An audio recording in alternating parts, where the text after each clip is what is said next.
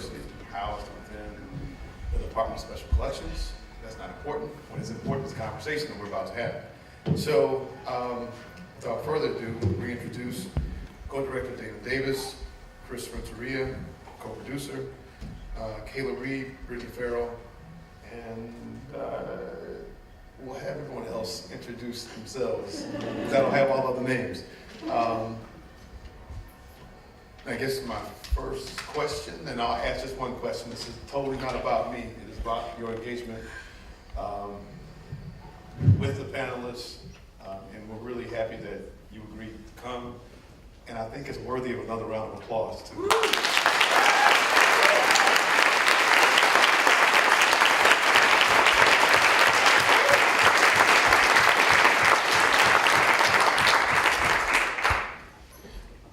So I didn't get everyone's name, and I don't want to get started without having everyone's name. So my name is Mridu Chandra. I did the archival producing on the film.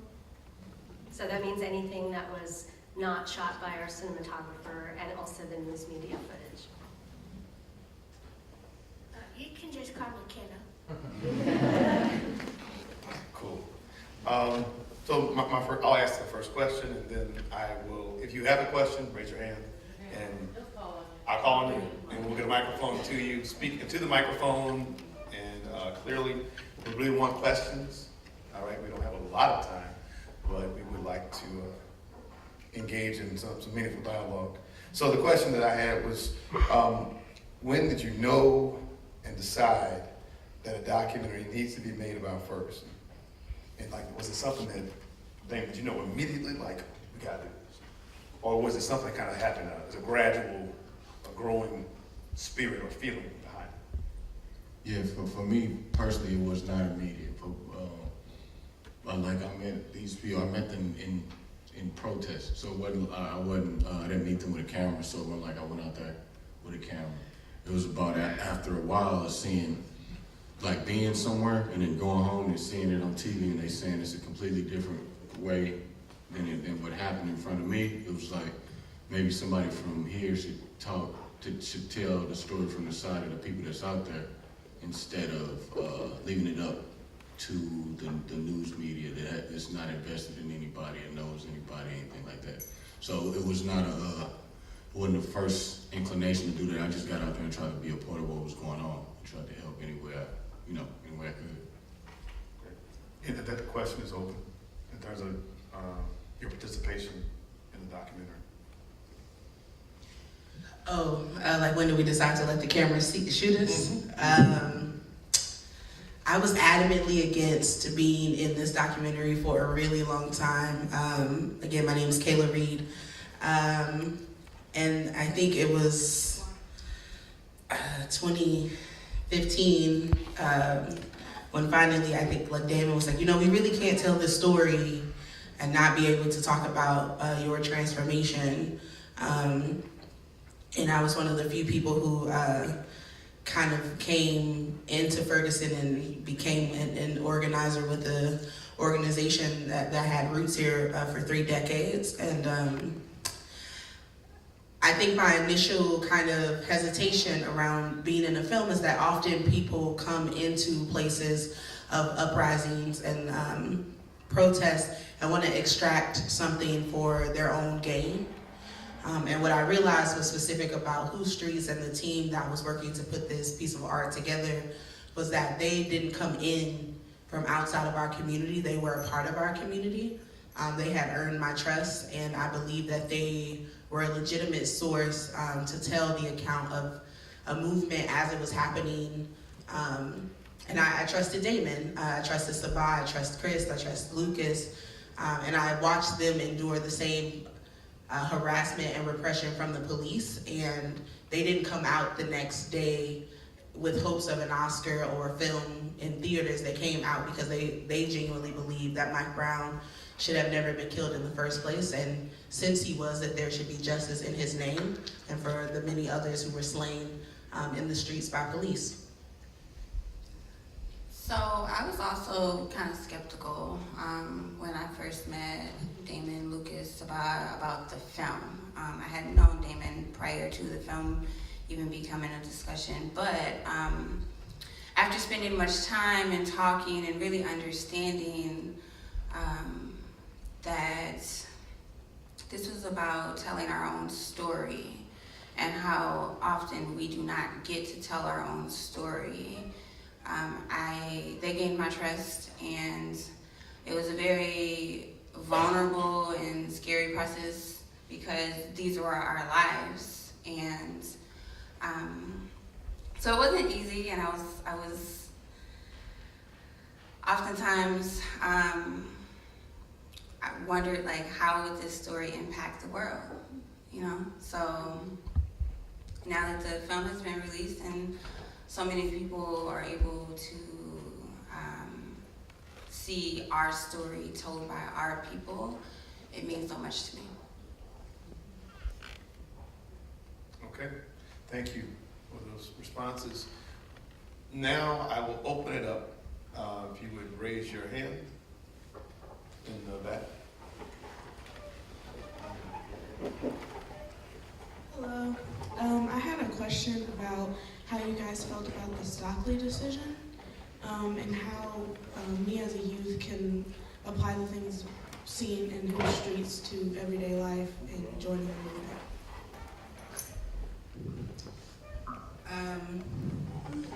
Thanks for that question.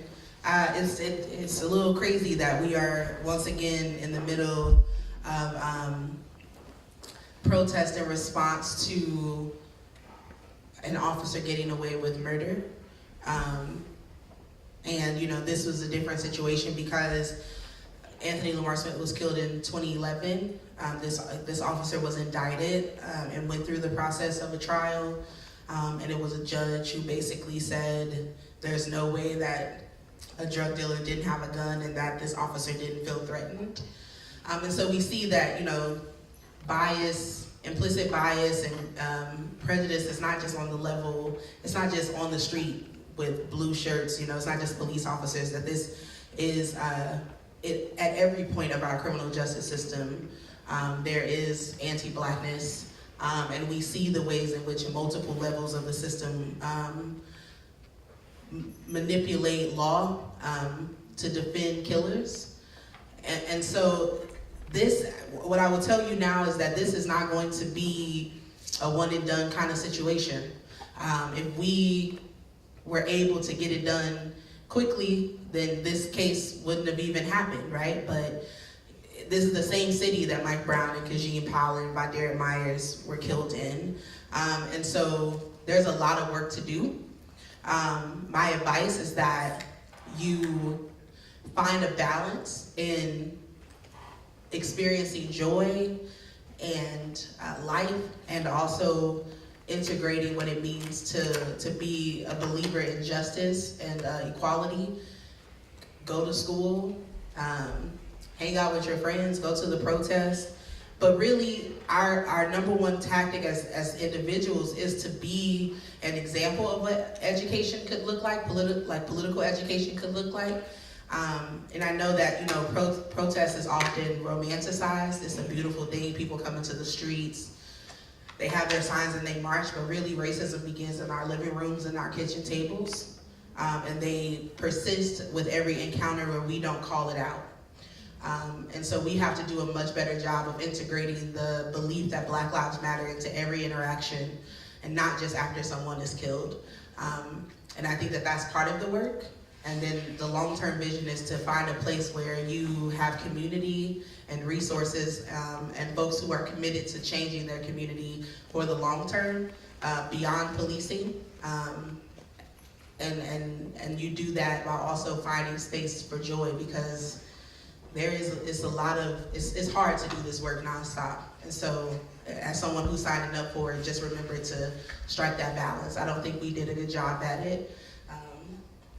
And it kicks our butt, you know, 3 years of this nonstop kicks our butt. But yeah, find the balance and stay committed, and just stay committed to learning, you know, that investing in yourself is going to be a much better investment in your community than you know. I think Kayla did a great job as far as the Stockley verdict is concerned. I think that's just it. That's the culture of this country. You know, is where a police officer can be recorded saying that he's going to kill someone, follow through with it, and still be found not guilty. And again, radical self-care while also engaging politically, and loving on your people around you.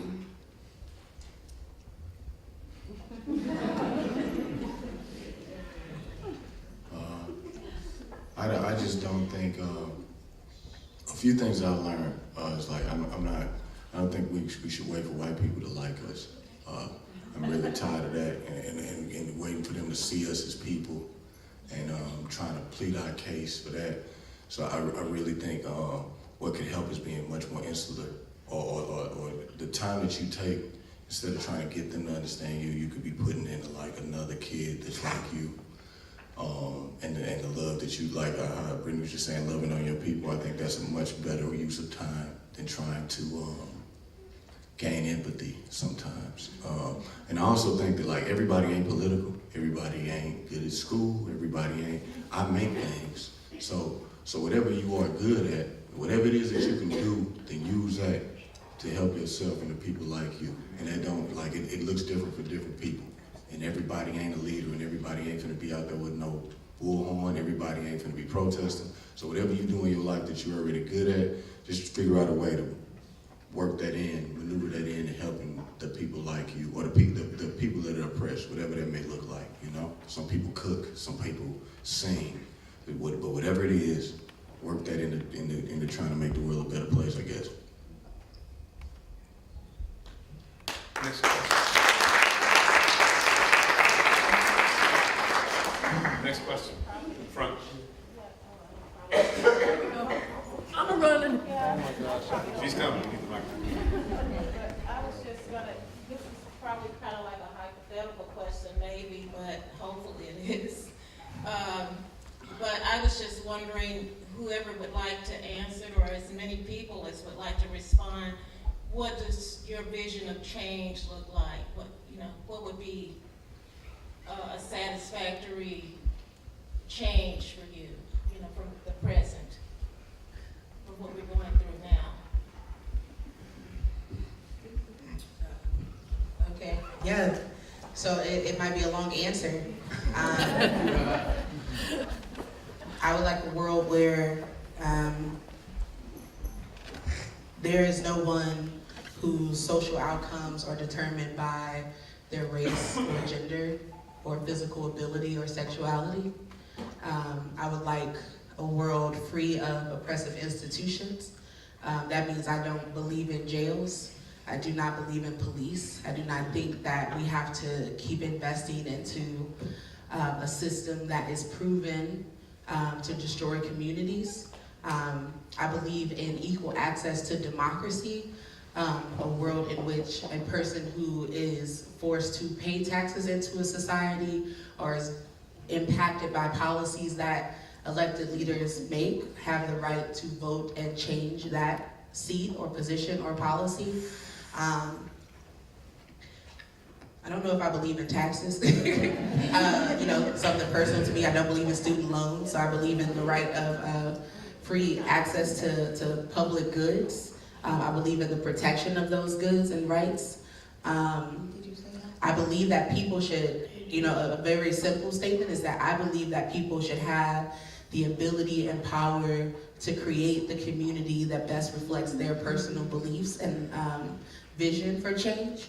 I do not think that it is fair that St. Louis can want something like an increase in minimum wage and elected officials who do not represent St. Louis can tell us no. I do not believe that people should be left to be at the whim of a political landscape that's ever changing and ever chaotic. I believe in the right to reparations. I think that Black people, Indigenous people, Latinx people, women, Queer folk are owed a lot more than they are given because of the history of persecution in this country. I believe that there are citizens who live beyond our nation's main borders who are victim to policies and never receive the chance to self-determine what they could do with their land, places like Puerto Rico, the Virgin Islands, Hawaii. I believe that we need to demilitarize our military and our police, every branch of that. And really what I believe in is that what a person feels most passionate about, they should be able to do and achieve without limitations. St. Louis is often often the example of case study where if you live in North City, St. Louis versus Clayton, that takes 8 years off your life. That makes you more likely to make like hundreds of $1,000s less in your working lifetime. Your children are more likely to die immediately after birth. You're more likely to die giving birth.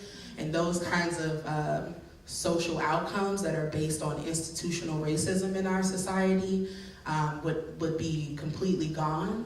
And the parties and the people and groups who have suffered from it would be deeply invested in an equitable way. And I believe that if people want to be separate, that they should have that right to do so.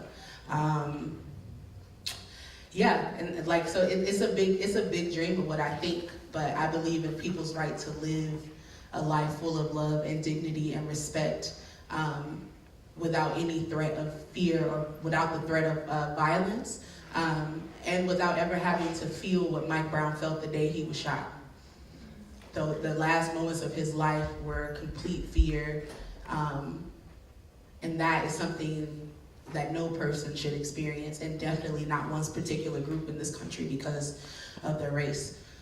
So, yeah, that's my vision of liberation, one where there are no chains.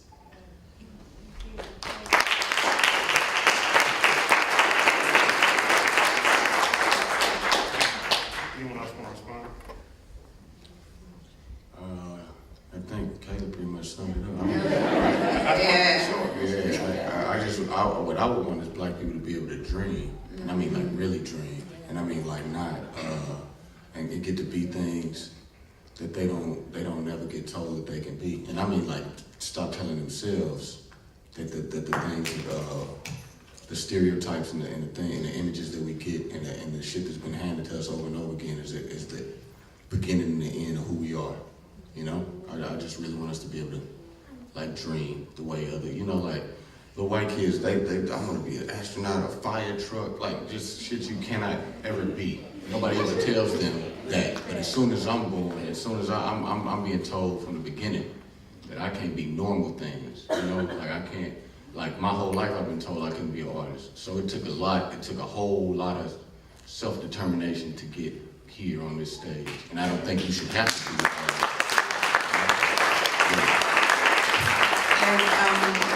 Raising free black kids, you know, I feel like growing up, we're so used to raising our children over policing them, making sure that they are performing well in front of mixed company, not letting children be children, you know, and oftentimes I think about the little white kids that are running through the aisles at the grocery stores and their parents are just cruising along, getting what they need, and, you know, that every kid should be able to be a free black child and to dream as a free black child and to, you know, to not have to face harsh physical disciplinary actions because we are afraid of what white people will do when they leave our homes, you know.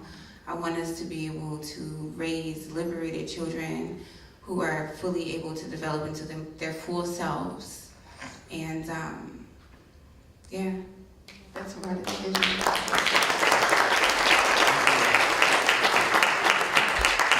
Question. She's going with the microphone.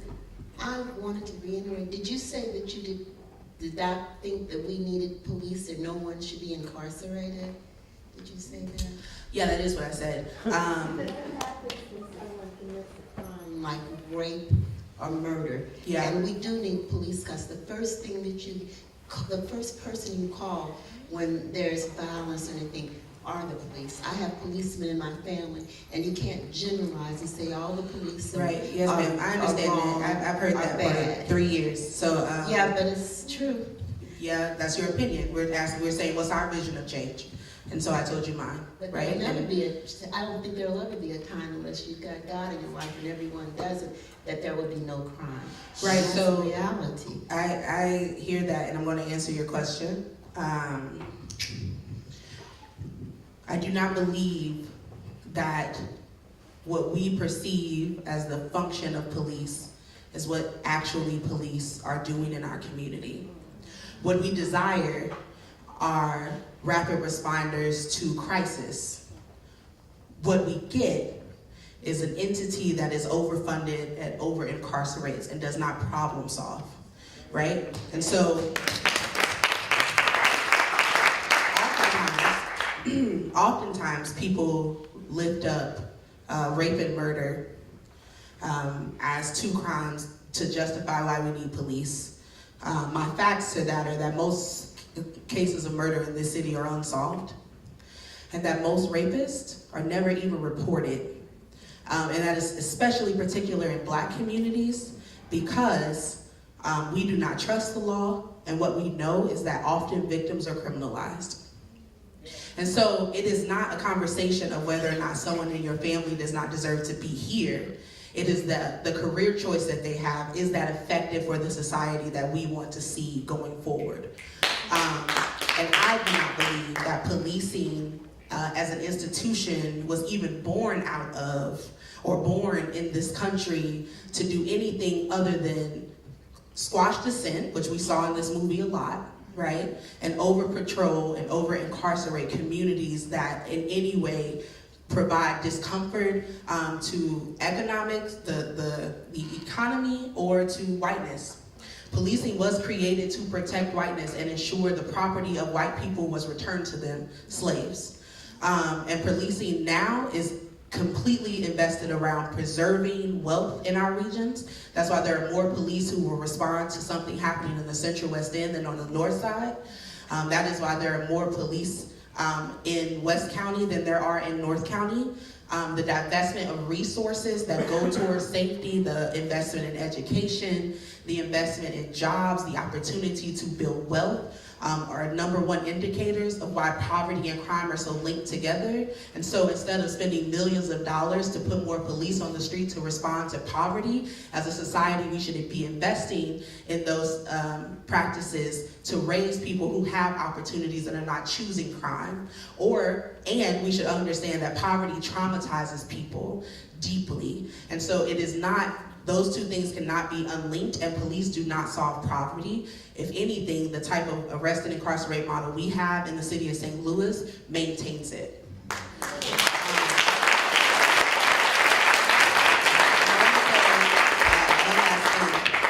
The rebuttal of crime does a couple things. One, it takes us off the conversation of actual police accountability.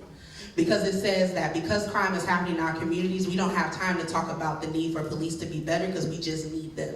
And that's not true. And two, what the conversation on black crime also does not do, what it also perpetuates is the idea that crime is something that's inherently connected to Blackness, when we know that crime is about proximity. Damon says this in the movie. You are more likely to harm people who are close to you. That's why most sexual assault happens in families. You are more likely to kill those who live in proximity to you, especially when there is no type of way to escape poverty. There are no investments in expansion of transportation. There is no way to get to jobs that are pulled out of your community with the increase of suburbanization and white flight. And so when we perpetuate stereotypes that are literally created to justify law and order in our society, we are contributing to the harm that is done in communities that got Mike Brown killed.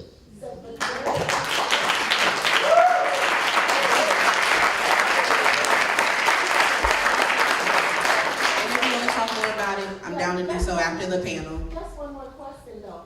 When it does happen, I hear everything you say. Yes, ma'am. But when it does happen, how do you deal with it if there's no one there that doesn't? So I'm not saying that there should not be a body that is funded by public resources to respond to issues in the community. I don't think that those people have to have guns, and I don't think that law should protect them if they use those guns. And so I do think that we have to have a real conversation about what we're doing. When we call the police after someone is shot, the percentage of the likelihood that that person is still there when the police arrive is like 3%, right?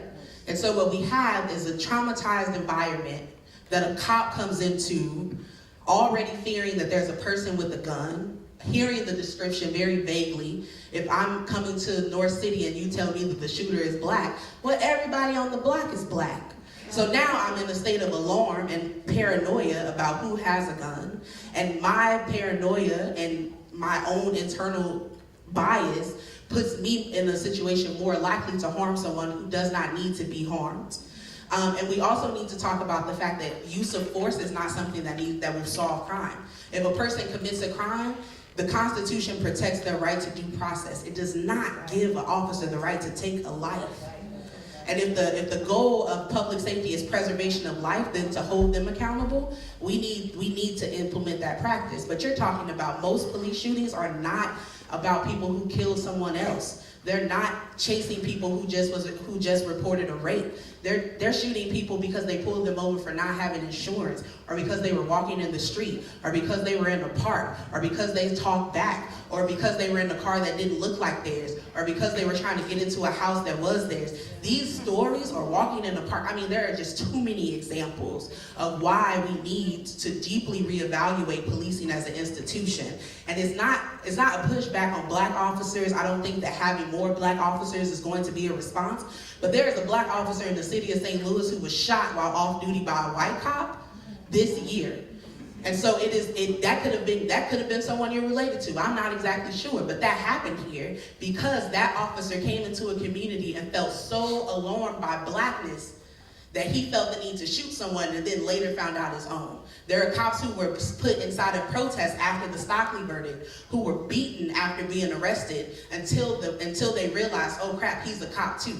So it's not a question about good cops and bad cops, it's a question about policing. And I think we can invent something brand new that actually gets at the core of the trauma that exists in high crime areas and problem solves. And I don't think that has to look like policing.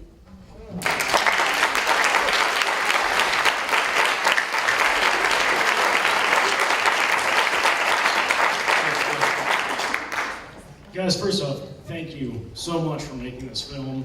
I think everybody here really enjoyed it, learned a lot. And I hope you don't mind me going a little outside of the box here. This young lady that asked the second question, I would like to ask you, how are things different from when you were their age, culturally, racially?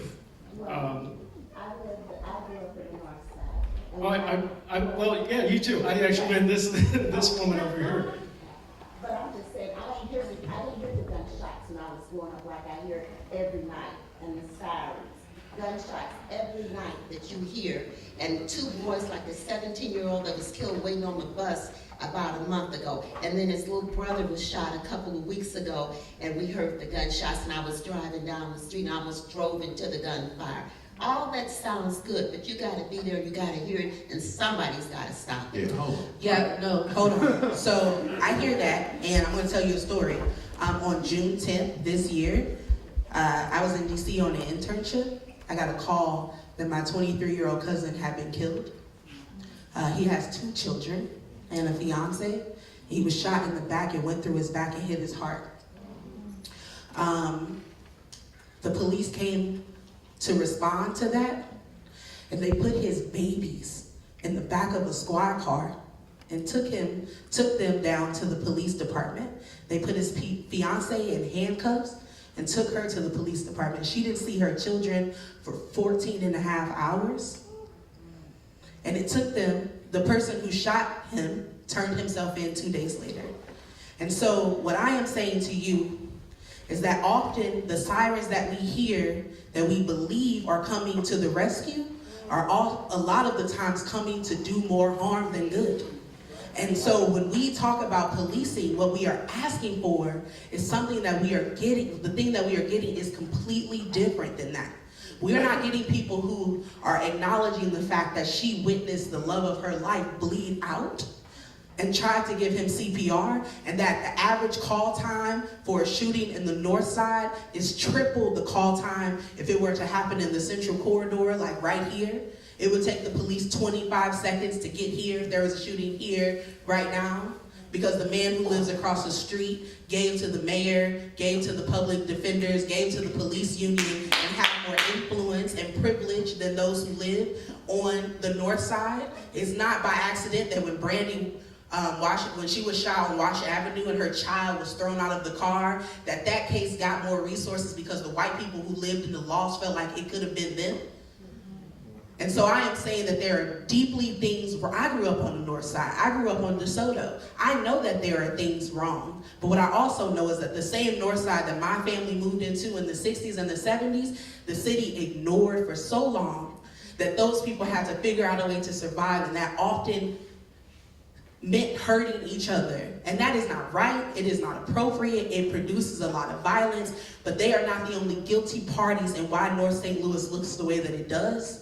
They are not the only guilty party in why North County is on the decline right now and looks the way that it does, because the people who have the power to invest in communities, the people who have held power in this country since its inception, do not believe in investing in black communities.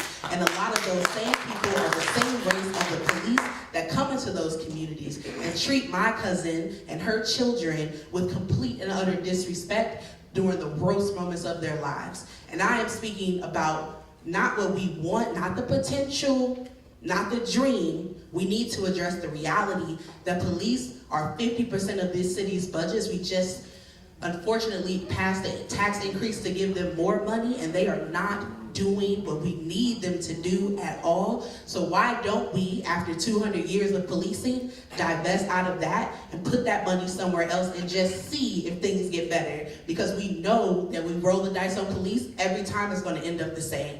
More dead bodies, more black bodies in jail, and more white cops having bodies on their badges and knowing that they are never going to get held accountable. Eventually, that's going to sear itself into the culture of policing, and they're going to shoot because they can, not because they are in fear, because they know that the system will never hold them accountable. And we cannot accept that, because at the end of that barrel yesterday or 3 years ago was Mike Brown, tomorrow it could very well easily be your son. And so we have to demand something more from the people that we pay to protect and serve, because all they are doing right now is terrorizing and arresting.